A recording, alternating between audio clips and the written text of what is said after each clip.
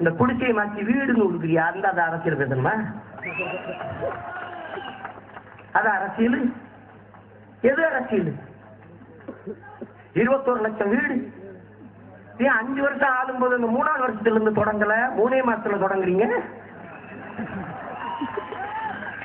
என்னடா உங்க அரசியல்? இது அரசியல் அல்ல, அயோக்கியத்தனம். அயோக்கியத்தனம். திடீர்னு கோழி 5 முட்டையா போடுது.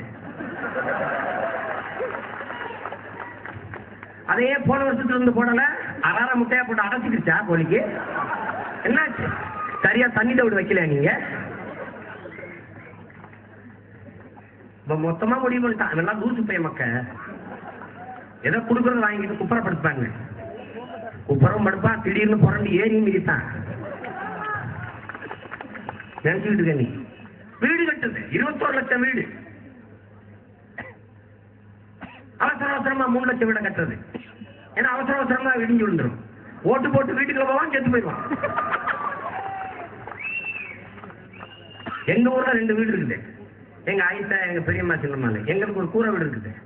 எங்க அம்மாட்ட போய் கருணாநிதி வீடு கட்டி கொடுக்குறோம்னா என்ன காசு வேணா, என் மயன் அடிப்பேன், என் மயன் திட்டுவேன். அப்படி கருணாநிதி கொடுக்குற காசுல எங்களுக்கு வீடு வேணாம், நாங்க வெளியிலே நின்றுட்டு போறோம். எங்க அம்மா ஏன்? நானும் எங்க அண்ணன் இருக்கிற படம் இருக்குது வாசல்ல.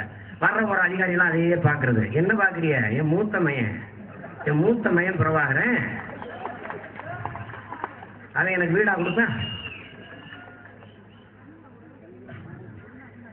கேட்டேன் எங்க அத்தை கிட்ட, என்ன எதை காசு வந்து 10,000 ரூபாய் கொடுத்தாங்க. போய் நான் கடனை வாங்கி 75,000 இதை கட்டி வச்சிருக்கேன். அந்த பக்கத்துல எவனுமே வர காணாம. எவன் வர போறேன்? எதோ வர போறேன். அக்கறை உள்ள இந்த மண்ணின் மக்கள் மீது அக்கறை உள்ள அரசியல் தலைவர், இந்த மண்ணையும் மக்களையும் உயிராக நேசிக்கிற ஒரு தலைவர் உண்டா? நேசித்தவன் உண்டா? குடிசையில் வாழ்வதை மக்களை பார்க்கும் போது எனக்கு மனம் சகிக்கல. இப்பதான் கண்ணு தெரியுதா? 5 முறை ஆண்டங்கிறீங்க, அப்புறம் 5 முறை அவிஞ்சு போச்சா உங்களுக்கு? 5ஆவது முறை தான் கண்ணு தெரியுது. என்ன கதை இது? இவ்வளவு நாள் குடிசையில் இல்லாம எங்க இருந்தாம? இங்கதான் இருந்தா. நீங்க ராகுல் காந்தியோட பெரிய கம்பட்டா இருக்கீங்க. நீங்க அவர் தான் திடீர்னு ஒரு குடிசையில கூட குடிச்சிட்டு, குடிசையில கூட குடிச்சிட்டாரு. எவ்வளவு பெரிய தலைவர்ன்றான். அயோக்கிய பேரில் பிறந்ததுல இந்த குடிசையில் தாண்டா நாங்க வாழ்ந்துட்டு இருக்கிறோம். அப்ப நாங்க எவ்வளவு பெரிய தலைவரே?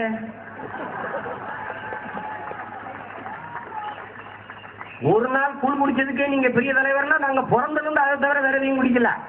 பால் கூட குடிக்கல, கூழ் தான் குடிக்கலாம். அன்பு சகோதரா ராகுல் காந்தி, நாங்க இந்த குடிசையில இருந்து கூழ் குடிக்க காரணம் யார் தெரியுமா? உன் தாத்தன், உன் பாட்டி, அப்புறம் அப்ப, இப்ப ஆத்தா, நாளைக்கு நீ.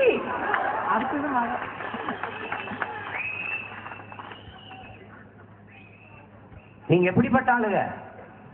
நாட்டுக்காக வீட்டை கொடுத்தார் மோதிலால் நேரு, நாட்டுக்காக வீட்டை கொடுத்துறாருன்னு 50 வருஷமா அந்த நாட்டை எடுத்துக்கிட்டு ஒரு ஓட்ட வீட்டை கொடுத்து. இங்க ஒரு ஆள் இருக்கிறாரு, 50 வருஷமா நாட்டை எடுத்துக்கிட்டு ஒரு ஓட்ட வீட்டை தர்றேன்னு இருக்காரு, இன்னும் தரல.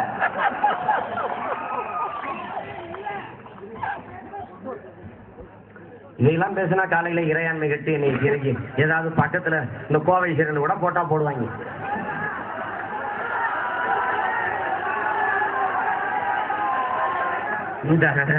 எனக்கு இறைவனும் இல்லை, இறையாண்மையும் இல்லை. எனக்கு தெரியறதில்லை. அண்ணா அவர்கள் சொன்னது, ஏழையின் சிரிப்பில் இறைவனை காண்போம். ஏன்னு இறைவனை இதுவரை காணல. ஏன்னா எந்த ஏழையும் சிரிக்கல. சிரிச்சா தானே இறைவனை காண்றது.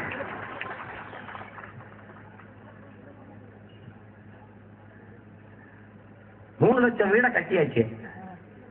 மீதி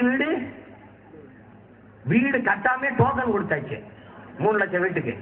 அது எப்ப? வீட்டை உறுதி செய்தேன், நாட்டை இதே போல எனக்கு உறுதி செய், அப்புறம் கட்டித்தாரேன்.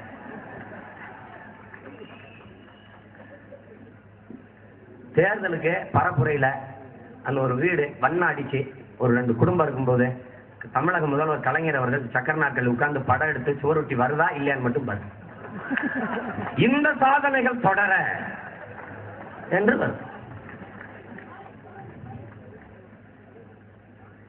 அதை அடிச்சு விட்டு நாங்க நாம் தமிழர் கட்சி இந்த வேதனைகள் தொடர நாட்டு மக்களை குடியிருக்கிற வீடு கட்டிக்கிற வக்கு இல்லாம, குண்டியில கட்டிக்கிற சீலதுணி வாங்க வக்கு இல்லாம, பொண்டாட்டி கட்டி வாழ்றதுக்கு வக்கு இல்லாம, உடுப்பு அடுப்பு சோறு தண்ணி கர்மம்டா எல்லாத்துக்கும் கையேந்தி நிக்கிற நிலைமையில நிறுத்திட்டு சொல்றான் சாதனை பாரி. இதுல அரசு காசுல விளம்பரம் வேற, சாதனை பாரி.